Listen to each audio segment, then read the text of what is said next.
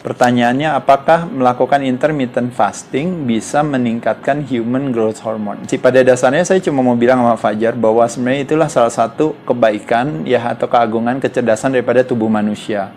Pada dasarnya ketika kita tidak dikasih makan, maka tubuh akan membuat satu yang namanya keseimbangan tersendiri. Itu yang dikenal dengan namanya homeostatis, yaitu adalah dia akan mencari alokasi sumber daya energi yang baru gitu yang memungkinkan dia untuk bisa mempertahankan hidupnya, dalam hal ini badannya. Jadi waktu kita biasanya sering makan, kadang-kadang badan itu dia tergantung pada gula dalam darah sebagai sumber energinya.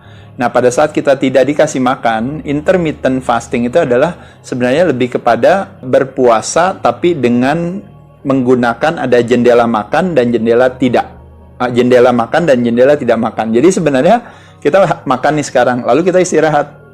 Nah, nanti kita makan lagi, kita istirahatnya disebut namanya intermittent fasting. Cuma bedanya kalau intermittent fasting yang dimaksud di sini minimal paling enggak baru makan lagi nanti setelah puasanya, tidak makannya 10 jam, 12 jam, ada yang 15, 16, 18 jam atau bahkan lebih dari 22 jam misalnya ya. Tapi kalau kita misalnya Mas Ade, tapi saya puasanya biasanya sejam Mas, sejam makan, habis itu sejam nggak makan gitu, nanti sejam lagi saya makan lagi, entah sejam nggak makan lagi. Sebenarnya itu juga intermittent fasting ya, tapi itu yang dimaksud intermittent fasting di sini adalah ketika kita memberikan kesempatan kepada tubuh untuk menciptakan kecerdasan sendiri.